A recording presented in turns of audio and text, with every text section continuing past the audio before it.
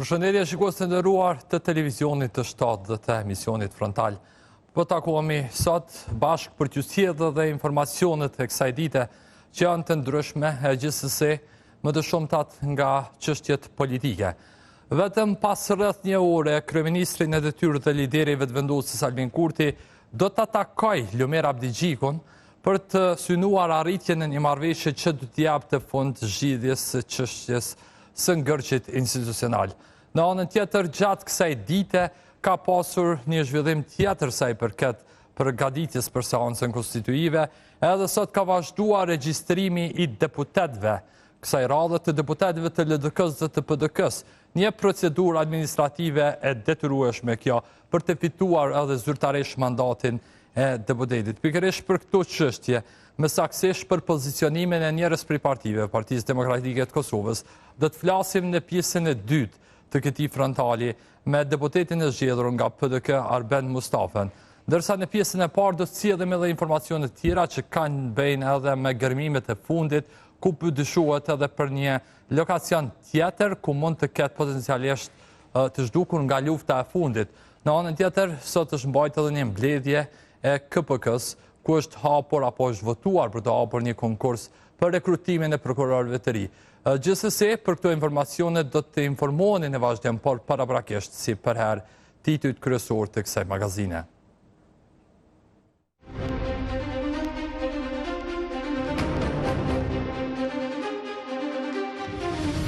Lumer Abdigjiku pas një ore i shkon në takim Albin Kurti, synohet marrëveshja e plotë. Vazhdon regjistrimi i deputetëve të zgjedhur, sot radha për PDK në LDK-n. Prokuroria speciale njofton hetime për një lokacion të tërë në Zubin Boto ku dyshohet për mbetje mortore.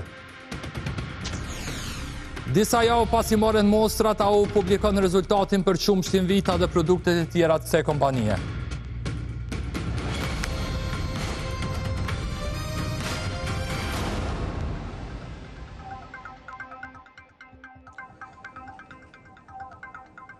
Ashtu si që u paralajmërova, pas një ore do të mbahet takimi mes Lumer Abdigjikut të LDK-s dhe Albin Kurtit të vetëvendosjes, takim ky i cili synon zgjidhjen e ngërqit institucional.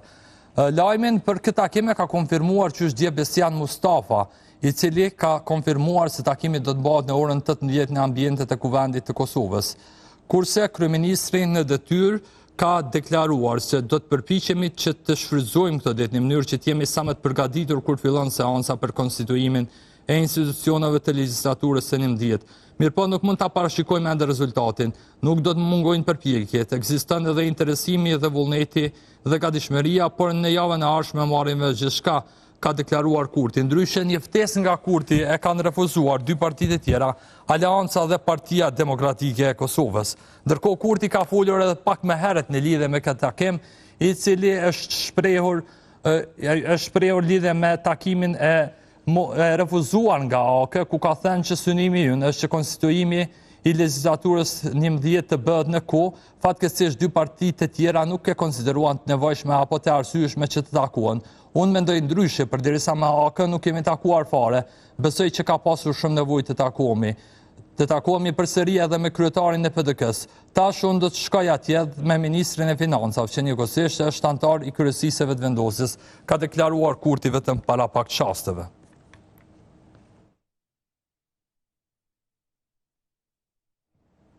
Ndërkohë Kurti u përballë me kritika nga deputetët e zgjedhur të Partisë Demokratike, gjatë kohës sa ata shkuan në ambientet e Kuvendit të Kosovës për ta kryer procedurën e regjistrimit.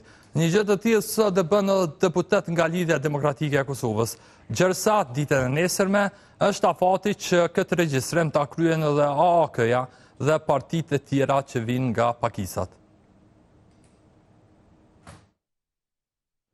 Me shumë disponim u drejtua për në Kuvendin e Kosovës. Njësoj si Fadil Hadërgjonaj edhe deputetët e tjerë të zgjedhur ishin në ligjvënës këtë të martë për të regjistruar në këtë pozitë. Për këtë shfrytzuan hyrje të ndryshme, ndonse qëllimin e njëjtë. E dikush madje nuk hezitoi as për të deklaruar rreth seancës konstituive.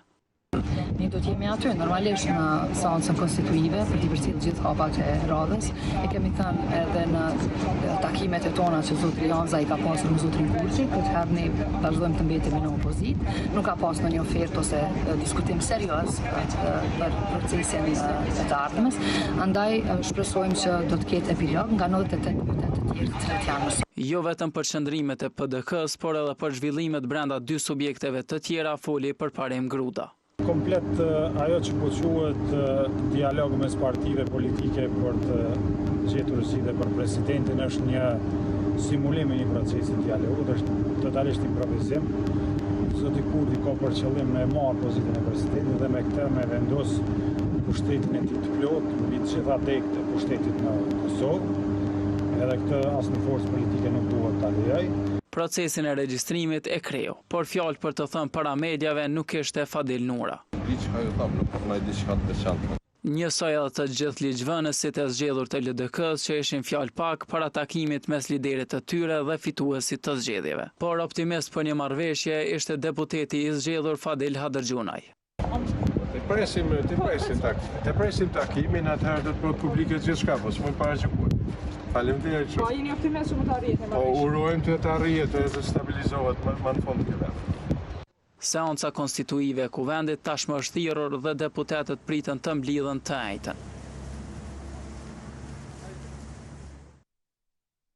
Ndërkohë jo takim për çështjen e konstituimit kuvendit dhe një marrëveshje potenciale, por takim në lidhje me organizimin e lojra mesdhetare. Mbajti sot Albin Kurti, kryeministrin e detyrë, me komitetin organizativ për këto lojra. Cila e rrit sigurin, me qenë si mundëson organeve të rendit qasje më të lehtë dhe më të shpejtë të dy anët të lumit Ibër, por njëkohësisht edhe është investim i rëndësishëm infrastrukturor, sepse përmirëson ndërlidhjen ndërmjet qytetarëve e bizneseve dhe krijon kushte më të mira për zhvillim ekonomik të kësaj zone. Ura është projektuar me gjatësi 65 metra dhe me gjerësi 22.5 metra. Në fakt, ky deklarim i Kurtit është për një organizim, për një projekt në fakt në veri të Kosovës, ndërsa në vazhdim juftoj që ta ndihni deklarimin e tij për lojrat mesdhetare në takimin që mbajti sot. Falenderoj për pjesëmarrjen në këtë takim të parë të Komitetit Organizativ për lojrat mesdhetare Prishtina 2030. Lojrat mesdhetare Prishtina 2030 janë një prej projekteve më të rëndësishme që Kosova do të realizojë në vitet e ardhshme. Për herë të parë vendi ynë do të mirëpres një ngjarje sportive të kësaj prononse, duke sjellë së bashku sportistë, delegacione dhe partnerë nga vendet e ndryshme të mesdheut. Për Kosovën, kjo është një mundësi e jashtëzakonshme për të dëshmuar kapacitetin tonë organizativ, për të avancuar sportin dhe infrastrukturën sportive dhe për të prezentuar vendin tonë para një audiencë të gjerë ndërkombëtare.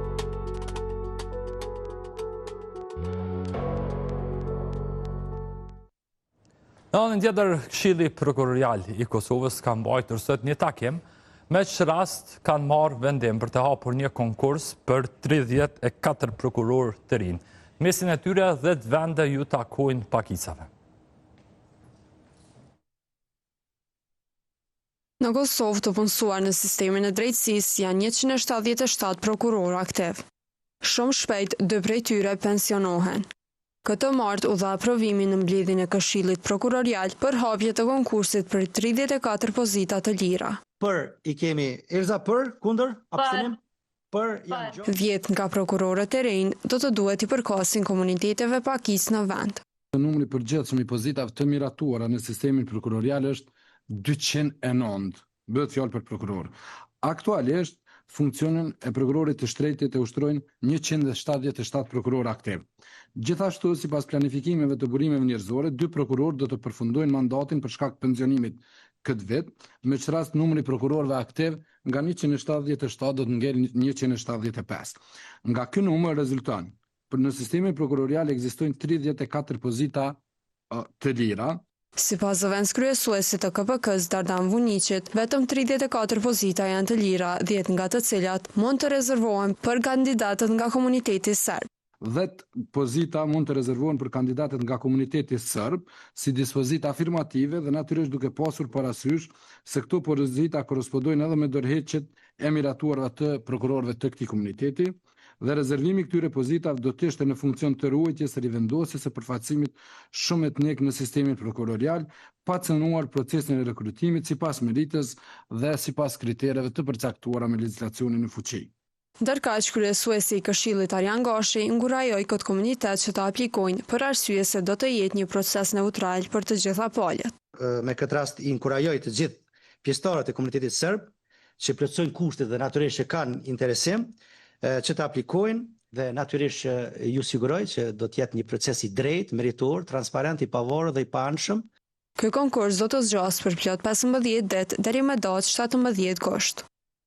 Ndërsa Ministria e Bujqësisë dhe AUV kanë publikuar rezultatet e mostrave të marra para disa javëve në kompaninë Vita, ku sipas tyre ka rezultuar mos deklarim i përdorimit të vajit të palmës në disa produkte.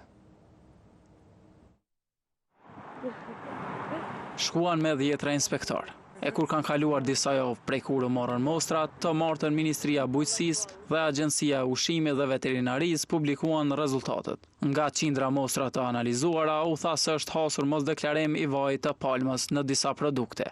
Kryeshefi i AUV-it, Bekim Hoxha, deklaroi se inspektimi nuk ishte kundër prodhuesve. Verifikimin e sigurisë ushqimore, autenticitetit produkteve, përputhshmërisë së etiketimit me legjislacion në fuqi dhe mbrojtjen e konsumatorit. Për të arritur këtë qëllim, agjencia ka mobilizuar gjitha kapacitetet inspektuese dhe laboratorike në nivel vendi.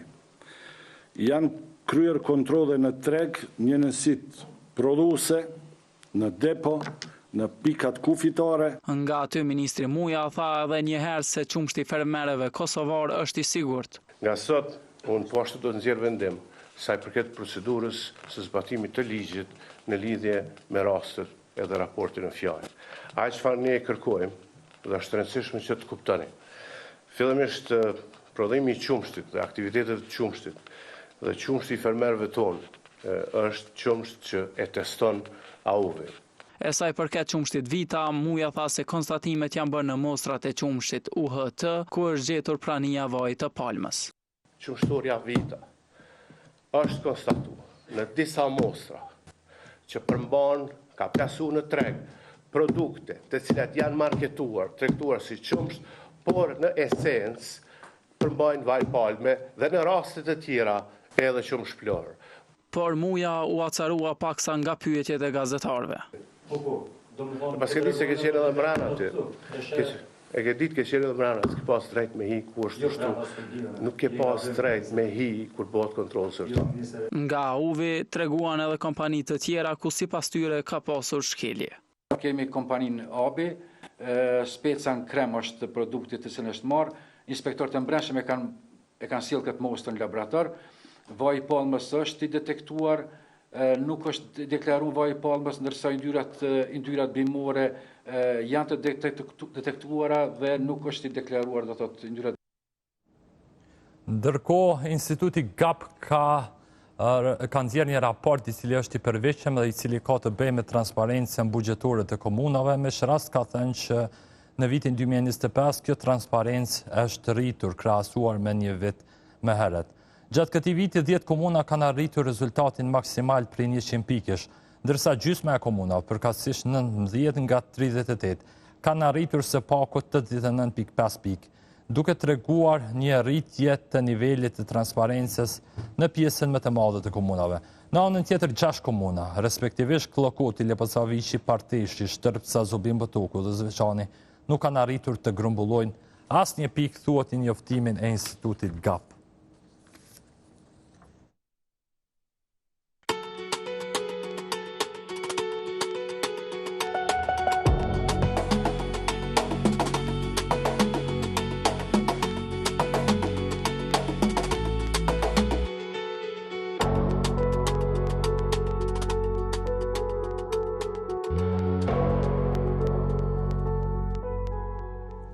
Rikthehemi në studio për pjesën e bisedës që siç ju paralajmërova në fillim, sot do ta zhvillojmë me një përfaqësues të Partisë Demokratike të Kosovës, konkretisht me deputetin e zgjedhur nga kjo parti, Arben Mustafa, me cilin do të flasim për konstituimin e kuvendit, për takimet e ftuara së fundit nga Kurti dhe për pozicionin e kësaj partie, e cila ndër të tjera i ka kthyer letër dje zotit Kurti duke refuzuar takimin dhe duke e dhënë qëndrimin e tyre që do të jenë për vitet e ardhshme në opozit.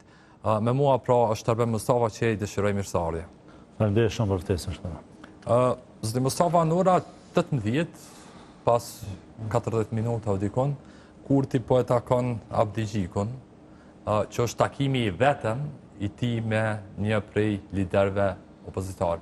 Ju e kthye dje një përgjigje e cila dorën zemër, si që lexova, ishte kogja e shkurt, pra e konfirmua që do të qëndroni në opozit, po megjithatë, a mund të themi që kjo është një përgjigje e dur, marr parasysh që ftesa ishte për ngërçin dhe i bie që ishte për të diskutuar edhe për çështjen e presidentit. Pse nuk shkuat takim? Ne kemi tregu gjithë vullnetin e mundshëm për të dhënë kontributin tonë në krijimin e institucioneve dhe në kthimin e normalitetit në vend. Përkundër dallimeve që i kemi pas me lëvizjen vetëvendosje dhe zotin Kurti, ne edhe pas zgjedhjeve të kaluara jemi përgjigjur pozitivisht ftesave, por që kemi pasur që në këto ftesa, në këto takime mungon serioziteti dhe sinqeriteti për t'i dhënë vendit institucione. Në këto takime ne nuk kemi pa gatishmërinë e zotit Kurti për ta vendosur rëndësinë e shtetit në radhë të parë, por kemi pa një tentativë për të konsoliduar pushtetin partijak të vetë zotit Kurti dhe për t'i gjetur argumentet e tij për t'i lënë fajtor të tjerët që kanë marrë pjesë në ato takime, por asnjëherë nuk kemi pa seriozitetin e duhur. Ne ju kemi përgjigjur pozitivisht ftesës së zotit Kurti edhe pas zgjedhjeve të 7 qershorit. Kryetari Hamza ka marrë pjesë në takim, por që në atë takim nuk kemi parë asgjë ndryshe nga ato takimet para këtyre zgjedhjeve. Pra, përkundër këtyre vonesave, përkundër kësaj bllokade të vendit, kemi pa që zoti Kurti nuk ka reflektuar nga bllokada e herës kaluar, përkundrazi ka në takim një qasje të njëjtë, ku nuk kemi pa gatishmëri të tij për t'ia vënë si prioritet shtetin dhe konsolidimin e institucioneve. Dhe për këtë arsye ne nuk kemi pa të arsyeshme që të vazhdojmë të marrim pjesë në takime të tilla, për shkak se nëse zoti Kurti dëshiron të improvizoj se kinse ka dialog mes partive, ne nuk kemi nevojë për improvizim. Ne kemi nevojë për pozicion të qartë. Ne nuk e kemi pas përshtypjen që zoti Kurti ka reflektuar nga hera e kaluar dhe për këtë arsye me kohë jemi pozicionuar që do të qëndrojmë në opozit dhe nuk do të bëjmë ndonjë marrëveshje politike me zotin Kurti dhe jemi ku jemi, tani dihet që sonte zoti Kurti ka një takim me Lidhjen Demokratike të Kosovës. Për neve një gjë është e qartë që zoti Kurti nuk do ta vënë në rend të parë nevojën e shtetit për institucione, por do të përpiqet të fuqizoj edhe më tutje pozicionin e tij partijak, ose në fundit mund ta dërgojë vendin në zgjedhje të reja, nëse e sheh që nuk po i përmbushen pritjet e tij. Megjithatë, zoti Mustafa, para zgjedhjeve të qershorit, zoti Hamza e ka takuar zotin Kurti 2 herë. Në një takim të parë që ka zgjatur më shumë, më pas është marrë vesh që është diskutuar kandidatura potenciale e Murat Jasharit për president, pastaj ai refuzon, bëhet edhe një takim dhe pas atij takimi Hamza e thotë që nuk ka nevojë të ketë takime më. Ndërkohë bëhen zgjedhjet e qershorit, e kishim edhe një takim të zotit Hamza me zotin Kurti dhe zotin Murati, siç është në fotografi. Po pse ky takim nëse veç keni qenë të bindur që këto takime s'po prodhojnë asgjë? Pse u dështë të takuani në korrekt dhe jo edhe në gusht? Shiko, ne patëm një parë zgjedhje të reja, për shkak të bllokadës që kishim. Dhe sigurisht që ne e njohim përgjegjësinë cilën e kemi që del nga vota e shtetarit. Kemi pranuar një ftesë nga partia që ka dalë para dhe ju kemi përgjigjur asaj ftese. Mirë po, çka kemi pa në takim, kemi pa që nuk ka ndryshuar asgjë nga takimet para zgjedhjeve që kemi pas dhe për këtë arsye kemi dhënë një qëndrim të qartë. Thashë edhe më herët që ne po ju kemi përgjigjur ftesës, por në atë ftesë kemi pa që nuk ka ndonjë reflektim nga zoti Kurti. Nuk ka ndonjë rritje të seriozitetit për t'i dhënë vendit institucione dhe për këtë arsye ne jemi pozicionu qartë, nuk kemi pranu të shkojmë sërish në një takim, për shkak se nuk dëshirojmë të improvizojmë, nuk dëshirojmë të krijojmë përshtypjen se kinse ka dialog mes partive, kur e kemi bindjen që nga këto takime zoti Kurti synon ta fuqizoj pozicionin e vet partijak, apo të lë fajin të tjerëve nëse nuk arrin ti realizoj pritjet e veta nga këto takime. Këto takime nuk janë të sinqerta, këto takime zoti Kurti po i shfrytëzon për të pozicionuar vetën më mirë në skenën politike, nëse nuk e arrin këtë rrezikon ta dërgoj vendin për së Çka flitet këto takime? A keni diskutuar ndonjëherë ose ka raportu zoti Hamza në strukturat e partisë ndonjëherë? Sepse nëse nuk ka bëj kam dëgju Flora Qitakun që ka thënë diskutime banale, nëse po e citoj drejt, çka flitet në këto takime? Në një situatë kur nuk është që ka ndryshu diçka në 2 vjet e fundit. Në këto takime, sigurisht që përgjegjësia kryesore i takon Nikoqirit. Nikoqir ka qenë zoti Kurti. Ai ka ftuar, ka dërguar ftesë për kryetarin e Partisë Demokratike të Kosovës, zotin Hamza, i cili është përgjigjur. Mirë, po në këtë takim ne nuk kemi dëgjuar asgjë konkrete nga zoti Kurti. Dhe për atë thash, asgjë konkrete për mënyrën se si do të krijohen institucionet e vendit. Është diskutu në përgjithësi, për parime, mirë po nuk ka pasur ndonjë reflektim serioz nga hera e kaluar, dhe kjo ka qenë pika kur zoti Hamza, së bashku me organet vendimmarrëse të PDK-s, kanë konstatuar se nuk vlen të shkohet më në këto takime, për shkak se ne nuk mund vetëm të improvizojmë, të marrim pjesë në këto takime që në një farë mënyrë janë farsë të zotit Kurti, për të blerë kohë, siç po shihet, e ka shtyllë dhe seancën konstituive 1 muaj, dhe tani do të shohim se çka do del, por një gjë është e qartë që zoti Kurti nuk e ka në radhë të parë krijimin e institucioneve të vendit, normalizimin e situatës në vend, po bën lojra politike për ta fuqizuar vetën dhe partinë e tij në skenën politike në Kosovë. Ju po e paksoni zotin Kurti, po atë zoti Kurti e ka lënë një dozë të kogjat madhe të përgjegjësisë të opozita. Bile është marrë konkretisht me PDK-n në kuptimin që në takime që i kanë pas nuk kanë shku me një propozim për emër të presidentit, ndërkohë që pastaj, si që mbaj mend para zgjedhjeve të fundit, ky erdhi me propozimin e Feride Rushitit. Këtë pyetje kam po edhe tek përfaqësuesit e tjerë të opozitës. A ka qenë e mundur që në mesin e taborit opozitar, pavarësisht që edhe të tjerë e konstatojnë se nuk ka opozit bashkuar, a ka qenë e mundur që ju të bëni bashk, sa për ta propozu një emër për president, me që se cila parti opozitare e thot që problemi është nëse vetëvendosja i merr të gjitha pushtetet për vete. Shiqo, para zgjedhjeve të kaluar të fundit, ne kemi shku me propozim të qartë të zotit Kurti.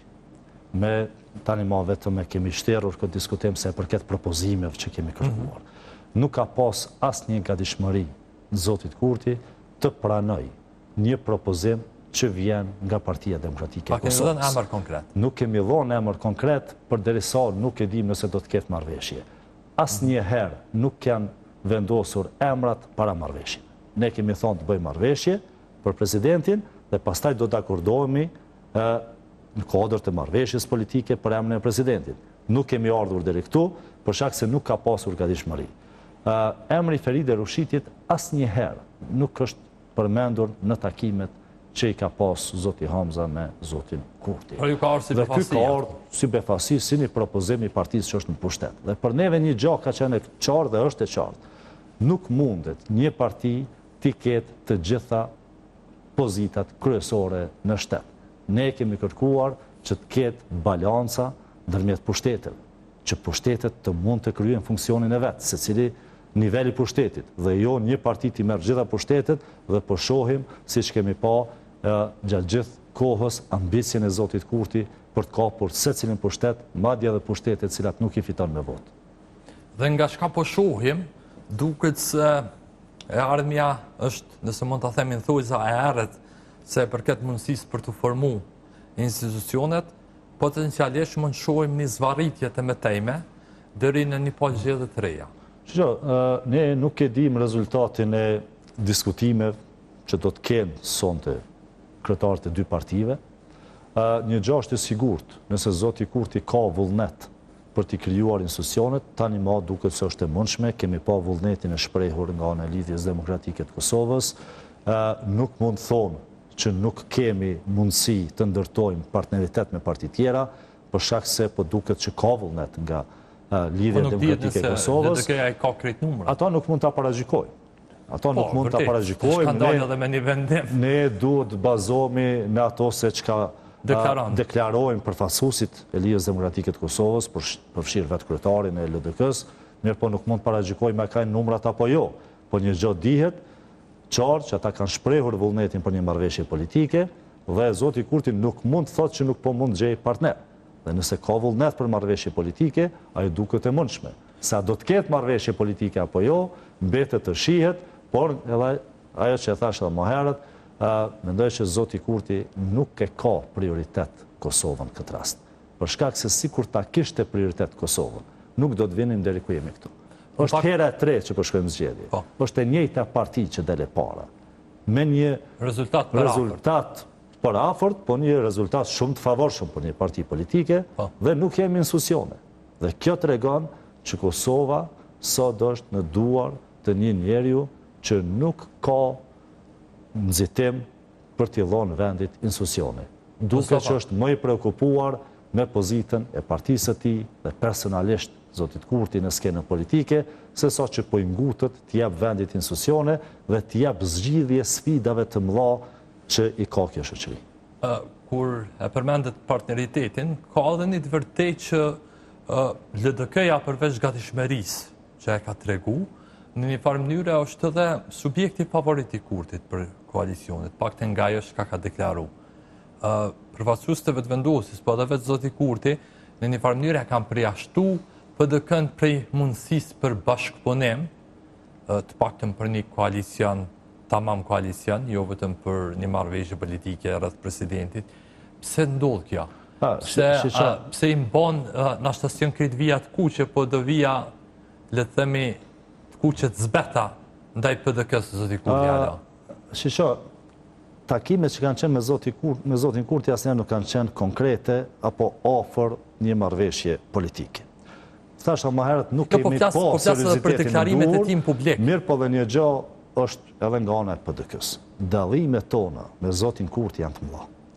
Ne dallojmë pothuajse në çdo gjë me zotin Kurti.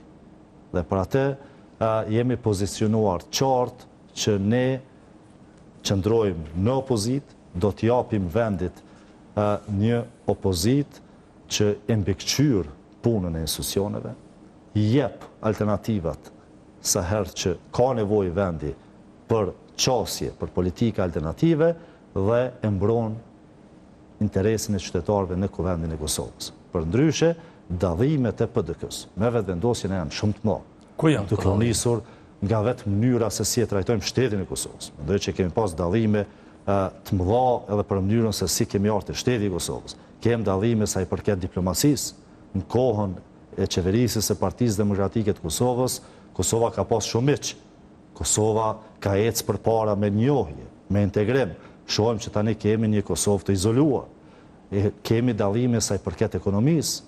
Ne besojmë në një ekonomi që mbështetet më tepër në sektorin privat. Ne kemi dallime sa i përket demokracisë në vend, dhe lirisë së shprehjes në vend. Do thotë kemi dallime fundamentale të cilat nuk lanë shumë hapësirë për një bashkëpunim të PD-kës me vetëvendosjen. Do të flasim pak edhe për ekonominë, pjesën e dytë kësaj bisede, sepse edhe profili juaj është i kësaj ane apo i këtij drejtimi, po do të doja ndalemi te këto dallime që i përmendje dhe kritika që nuk po i shpalosni për herë të parë, këto i keni shpalos edhe në për studie të tjera, megjithatë ka një perceptim goxha le të themi të gjerë që kjo kritika juaj nuk është dëgjuar mjaftueshëm, nuk ka qenë shumë e zëshme.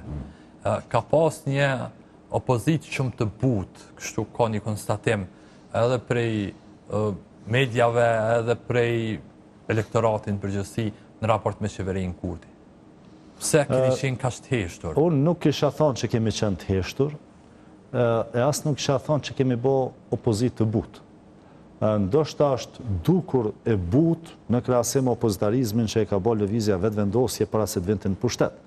Por mendoj që opozitarizmi i vetëvendosjes ka qenë një opozitarizm për pushtet, por jo për shtet. Një opozitarizm i bazum në propagandë, në mashtrimet mëdha, të cilat në asnjë mënyrë nuk kanë dalë, nuk janë ndjekur pasi që kanë ardhur në pushtet. Është bërë një opozitarizëm edhe i dhunshëm ndaj institucioneve të Kosovës, i dhunshëm edhe ndaj imazhit të Republikës së Kosovës, i dhunshëm ndaj çdo gjaje që është arrit në këtë shtet. Dhe çka kanë arrit? Po, kanë arrit një rezultat pozitiv politik, kanë ardhur në pushtet, por kur kanë ardhur në pushtet, ku jemi sot? Ku janë kritikat e tyre? Ku jemi sot me sundimin e ligjit? Ku jemi me ekonominë? Ku jemi me prodhimin vendor? Ku jemi me shëndetësinë? Ku jeni ju që nuk i plasoni këtu ma zësh? Po nuk është që si kemi plasu, po i kemi plasu në mënyrën tonë, nuk e kemi plasu në mënyrën e dhunshme si që ka bo lëvizja vetëvendosje, por pajtohem që ka hapësirë dhe që ka nevojë ta bëjmë këtë opozitarizëm edhe më të zëshëm, edhe më të fuqishëm, dhe Partia Demokratike e Kosovës është e gatshme për këtë rol në legislaturën e re që po vije, për shkak se sigurisht që edhe ne kemi reflektuar dhe kemi pa që ka nevojë ndoshta që të flasim në mënyrë më të drejtë për drejtë me qytetarët, të komunikojmë në mënyrë më të thjeshtë dhe më të afërt, për shkak se sot ka probleme të mëdha në këtë shoqëri. Ka dallime të mëdha, shpërputhje të mëdha mes asaj çka është prit nga kjo parti që po e qeveris vendin dhe çka i ka sjell vendit kjo parti, dhe shohim që kjo shoqëri ka shumë sfida, ka shumë probleme në çdo sektor, edhe në ekonomi, edhe në shëndetësi, edhe në arsim dhe në diplomaci, dhe ne do të jemi këtu për të ngritur zërin dhe sigurisht që jemi të përkushtuar ta ushtrojmë përgjegjësinë që kemi marrë nga qytetari me përpikëri bazë votës që kemi marrë. Para se të kalojmë çështje tjera, po duhet të merrem më konkretisht me seancën e 6 gushtit, e di që tash vetëvendosja nuk e ka nevojë në votës opozitare për ta zgjedhur kryekuvendarin e ri apo për ta formuar qeverinë, dy procese që mund t'i kryej vetë. Megjithatë, ju e keni dhënë një shembull herën e kaluar, vitin e kaluar konkretisht, me që rast e keni votu Dimal Bashën për kryetar të kuvendit. Ndërkohë, si të tjetë sjellja juaj me 6 gusht, kur të propozohet kryeparlamentari i ri, që sipas gjitha gjasave do të jetë Albëlene Haxheu, a do të jeni në seancë, a do të merrni pjesë, a do të merrni pjesë në votim? Po, është e vërtetë që ne kemi votuar në atë kohë, ku kemi dhënë një shembull, ku kemi tregu gatishmërinë tonë për mi dhënë zgjidhje në kodës së institucioneve. Tani për tani sigurisht që do të jemi në seancën e 6 gushtit, do të marrim pjesë. Çështja e votimit nuk është vendosur ende, do të vendosim edhe si grup parlamentar edhe si kryesi e Partisë Demokratike të Kosovës, mirë po nuk pritet që të jetë çështje shumë e rëndësishme, çështja e votës, për shkak se votat janë për të zgjedhur kryetarin e kuvendit, dhe sigurisht që ne presim një konstituim të kuvendit ditën e njëjtë dhe presim që vendit të ketë institucione sa më shpejt dhe do të shohim se çfarë do ndodhë.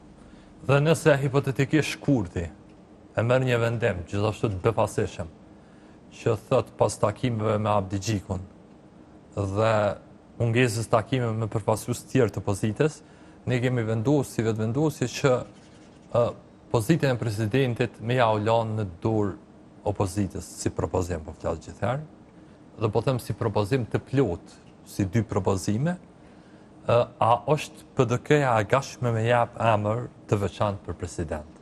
Kjo mbetet të shihet, nuk mund të parasgjykojmë se çka do të propozoj zoti Kurti. Mendoj që edhe herën e kaluar propozimi i zotit Kurti nuk ka qenë i sinqert për shkak se opozita nuk është një parti e vetme. Ne kur kemi marrë pjesë në takimin e zotin Kurti, kemi marrë pjesë vetëm si Parti Demokratike e Kosovës dhe nuk mund të flasim edhe në emër të partive tjera opozitare, për shkak se ne nuk kemi një blok opozitar, nuk kemi ne një koalicion ndërmjet partive. Takuani, sepse më letë është të takuani me LDK-n se sa me Kjo është Kurtin. hipotetike, mbetet të shihet, por tani për tani ne nuk jemi pjesë e diskutimeve për çfarë do marrëveshje politike me zotin Kurti.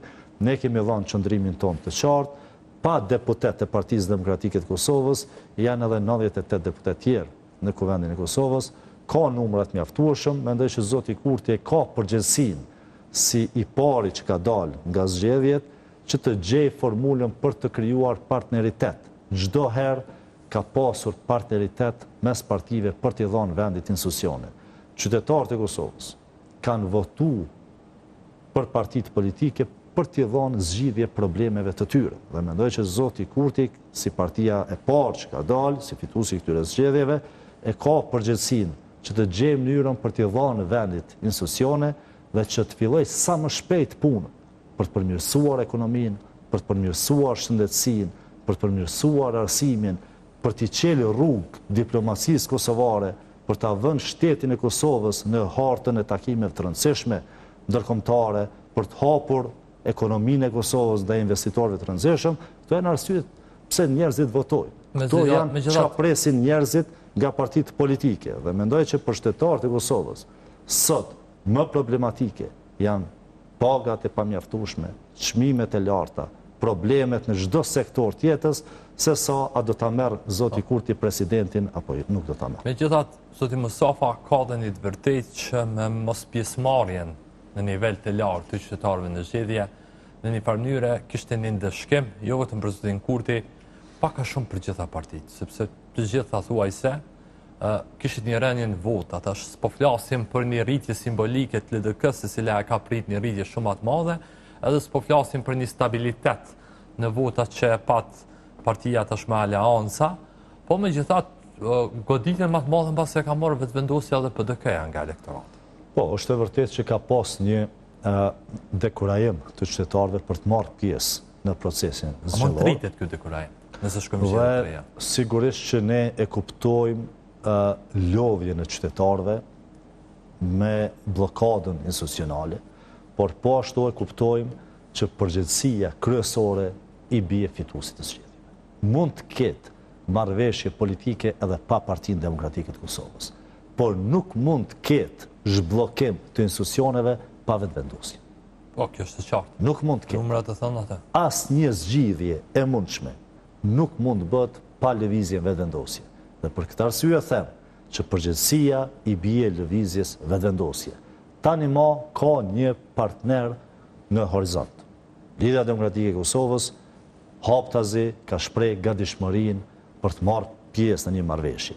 Unë mendoj që gjithçka këtu varet nga vullneti i zotit Kurti, nëse do të vendosë të jep prioritet interesave të shtetit, apo do të ruaj komoditetin e tij si kryeministër në detyrë, duke shfrytzuar pushtetin në çdo aspekt të mundshëm, por pa i dhënë asgjë në kthim qytetarëve të Kosovës përmes qeverisjes së tij. Zoti Mustafa, derisa kjo blokadë i numëron disa muaj, po hymë edhe në vitin e dytë të kësaj blokade, të përditshme janë deklaratat që vinë prej bizneseve, që ato po e pësojnë ndër së shumti bashkë me qytetarët normalisht, këtë punën e ngërëshit institucional. Cili ka me qenë fati i klimës së të bërit biznes në Kosovë dhe më përgjithësi shumë mira kompanive në vendin tonë, nëse vazhduhet me këtë krizë, sepse po du t'ja pak edhe disa çështje që vinë nga ekonomia me cilat po përballemi çdo ditë. Pasojat e ekonomisë ne vetëm jemi duke pa. Çka ka ndodhur në këtë ekonominë tonë? Këtë ekonominë tonë ka vite që kemi një normë të rritjes 9,4%, që është edhe më e ulët se sa mesatarja rritjes para se të vinte Kurti në pushtet. Me këtë normë të rritjes ekonomike, nuk mund të presim që të kemi një përmirësim të dukshëm të kushteve të jetesës në Kosovë. Çmimet janë rritë shumë. Të ardhurat e qytetarëve nuk po munden ta përballojnë këtë rritje të madhe të çmimeve që është bë. Që do të thotë që standardi i jetesës është dobësu dhe ka ra fuqia blerëse në Kosovë dhe kjo sigurisht i prek edhe bizneset ekzistuese, po i prek edhe ata që mendojnë të hapin një biznes të ri. Dhe sot në Kosovë klima e biznesit nuk është e favorshme me këtë qeveri. Kemi një qeveri e cila nuk beson në zhvillimin ekonomik përmes sektorit privat. Dhe nuk ka mënyrë tjetër... Se për thani nuk beson? Po nuk beson nëse shohim qasjen e kësaj qeverie kundrejt sektorit privat. Prej që kanë ardhur në pushtet kanë pas zero komunikim me sektorin privat. Nuk ka pas politika që mbështesin zhvillimin e sektorit privat. Përkundrazi, kur është fol për sektorin privat, më shumë është fol si abuzues në aspektet të ndryshme, edhe kur ka qenë çështja e arritjes së çmimeve, por nuk kemi pa një politikë që synon të krijojë kushte që bizneset të zhvillohen, të rriten, të bëhet ambienti i biznesit në Kosovë tërheqës për investitorë të rinj. Që më herët ka pas biznese që në zhvillu, prodhues vendor, që në zhvillu, ka pas investitorë të jashtëm. Kemë pas institucione financiare me renome që kanë ardhur, kanë investu në Kosovë, kanë pru praktikat e tyre në Kosovë. Kur kemi dëgju ne për një investitor të huaj të rëndësishëm që ka ardhur në Kosovë? Çka po i ndalon? Ekonomia e Kosovës. Po i ndalon që nëse shohim çka është bërë me infrastrukturë, cili biznes vjen në Kosovë, kur çmimi i energjisë elektrike është refishuar për bizneset dhe nuk ka furnizim të qëndrueshëm me energji elektrike. Është bazë. Nëse shohim çka ka ndodhur me investimet infrastrukturore, ato jo ndalën. Asnjë investim i madh infrastrukturor nuk ka marrë rrugë gjatë kësaj qeverisje. Nuk janë përfunduar as ato që i kanë gjetë të nisura dhe nuk ka asnjë tre që është investuar, që paktën ka filluar një investim i madh infrastrukturor. Kjo tregon që nuk po punohet në krijimin e kushteve për zhvillim të sektorit privat. Nëse shohim politikat qeveritare, kur ka pas një politikë që lehtëson bërin biznes në Kosovë? Nuk ka pas. Roli i kësaj qeverie më shumë ka qenë një rol administrativ, me mbledh të hyra buxhetore nga taksapaguesit dhe të njëjtat hyra me shpërnda tek të tjerët, po pa shtuar vlerë, pa krijuar diçka të re me shfrytëzimin e atyre të hyrave buxhetore që i ka. Dhe për këtë arsye, kjo qeveri nuk ka pas fokus zhvillimin ekonomik dhe as zhvillimin e sektorit privat. Dhe këtu dallojmë shumë. Këtu dallojmë shumë për shkak se nuk mund të besojmë që ka një mënyrë tjetër të zhvillimit ekonomik përveç asaj të fuqizimit të sektorit privat, gjë që nuk po shohim.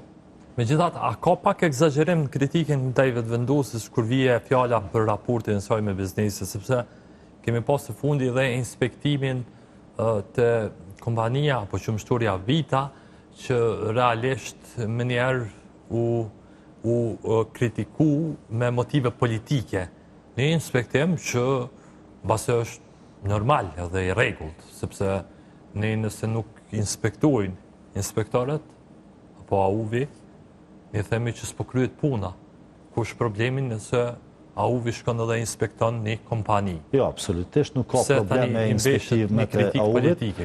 Mendoj që kritika politike është e lidhur edhe me protagonizmin që po kërkon vetë Ministri i Bujqësisë në këtë temë. Mendoj që Ministri i Bujqësisë ka për detyrë të ndërtojë politika, të krijojë kushtet që inspektorët punojnë me kushtet e nevojshme për inspektime, të rriten kapacitetet e tyre, të akreditohen laboratorët. Ndërsa çka kemi pa këtu, kemi pa Ministrin e Bujqësisë në ballë të inspektorëve dhe nuk u di nëse është punë e AUV-it apo është punë e Ministrisë. Sido që tjetë është një çështje, një temë shumë e ndjeshme.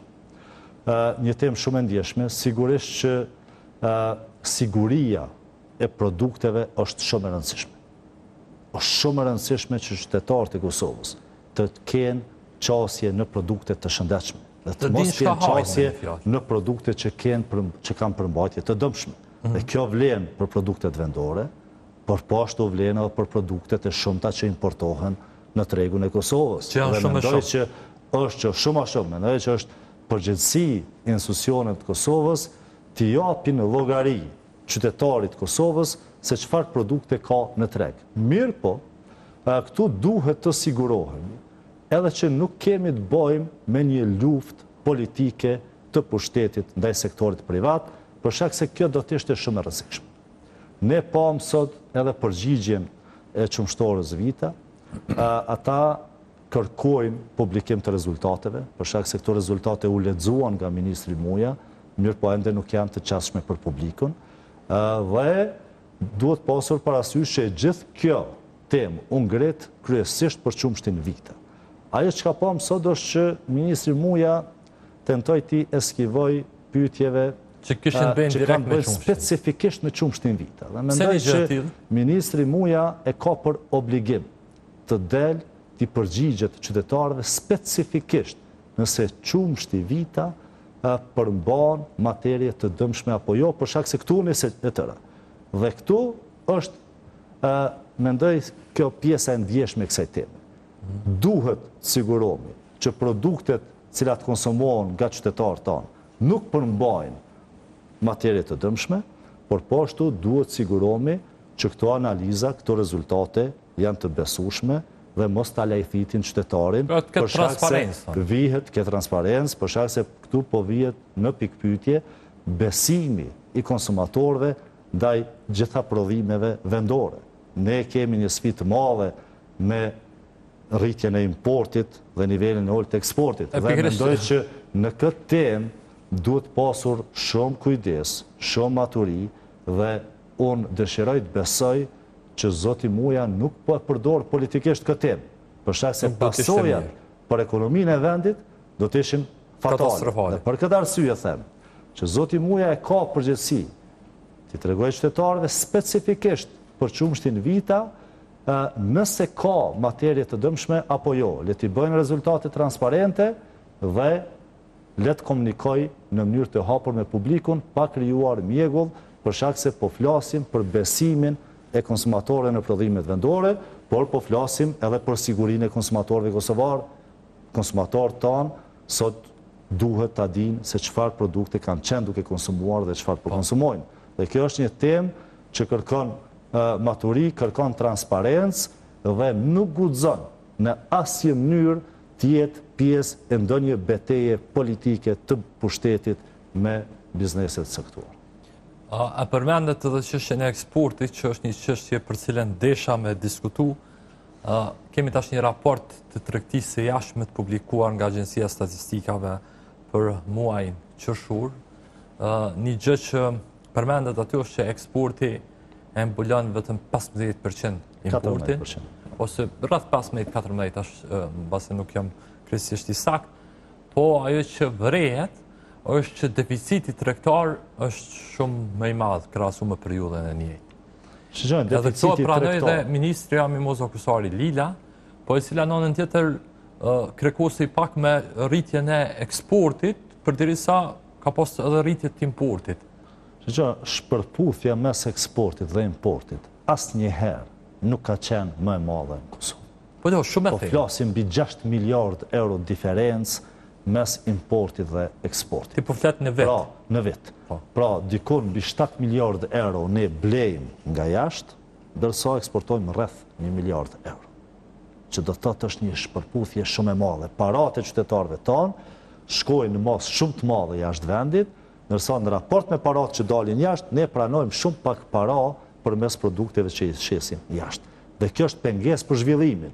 Për shkak se paraja në Kosovë, të hyrat e qytetarëve, remitencat që vinë nga jashtë, nuk po shpenzon në produkte që prodhohen në Kosovë, por vinë në Kosovë dhe dalin me njëherë jashtë vendit në produkte që prodhohen diku tjetër. Ndërsa pjesa e produkteve që të huajt blejnë në Kosovë është shumë e vogël në raport me ata se çka blejmë na prej jashtë. Që do të thonë që deficiti tregtar është jashtëzakonisht i lartë, është më i lartë se çdo herë më parë. Dhe kjo është një pengesë e madhe për zhvillim. Të shtrohet pyetja çka të bëjmë? Du të prodhojmë? Nuk mund të përmirësohet kjo situatë pa rritje të prodhimit vendor dhe pa prodhues që janë gjendje të konkurojnë me konkurrentët e tyre jashtë vendit. Dhe këtu vjen roli i qeverisë. Këtu vjen roli i qeverisë për të krijuar kushtet që të kemi sa më shumë prodhues në Kosovë dhe ata prodhues të janë konkurrues, të janë gjendje ta përballojnë konkurrencën që vjen nga jashtë dhe të konkurrojnë me prodhuesit e jashtëm në tregje tjera. Çfarë po bën këtë drejtim? Asgjë. Megjithatë, nuk është prioriteti i kësaj qeverie. Ka një gjë interesante se i lexoj me vëmendje këto statistikat dhe nëse e shohim eksportin, për një mend shifrat janë pak në rritje, jo shumë, po deri diku, po nëse e shikojmë edhe më thellë, Kosova eksporton më së shumti në vendet e CEFTA-s. ndërkohë që blerjet më të mëdha apo importin më të madh e bën prej 27 vendeve evropiane. Pse nuk po arrijmë na këtë partneritetin, shkëmbimin tregtar me forcu paralelisht edhe me vendet e BE-s? Sepse prej atje po blena shumë, po s'punemi me shit shumë ma shumë. Kem nevojë, sigurisht që konkurenca në ato vende është shumë më e fortë. Natyrisht. Po kemi produkt që shën base. Prodhues të fuqishëm dhe prodhues që janë gjendje të konkurojnë. Çfarë do të thonë që të konkurojnë? Konkurojnë me çmim, të konkurojnë me cilësi. Dhe për me qenë konkurues, prodhuesit tonë duhet të kenë qasje në teknologji bashkohore, në mënyrë që të jenë efikas në procesin e prodhimit, të mund të konkurojnë me çmime, po dhe të kenë qasje në fuqi punëtore të trajnuar mirë që është në gjendje të prodhoj produktet dhe të punoj me teknologjit moderne, ashtu si që prodhojnë prodhuesit e mëdhenj në vende tjera.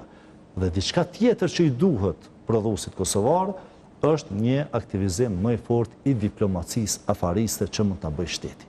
Ne kemi nevojë të fuqizojmë brendin e prodhuesve vendor Kosovës. Si bëhet kjo konkretisht? Dhe kjo nuk bëhet, sigurisht që kjo nuk bëhet duke sulmuar në vazhdimsi prodhuesit vendor.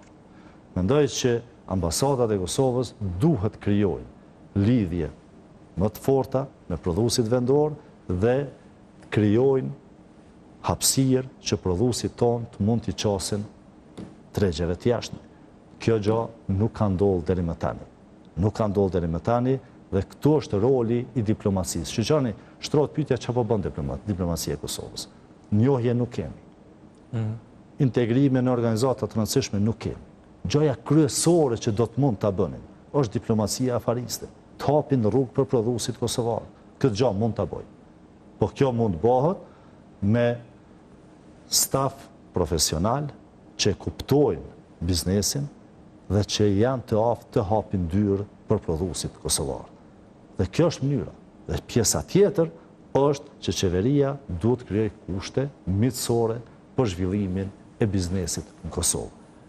Pa këtë nuk mund të presim investime. Që ne kemi harru kur kemi pas investime të reja në Kosovë, investime të mëdha. Madje kemi çdo ditë më shumë pikpyetje edhe për investitorët ekzistues nëse dëshirojnë të vazhdojnë aktivitetin e tyre.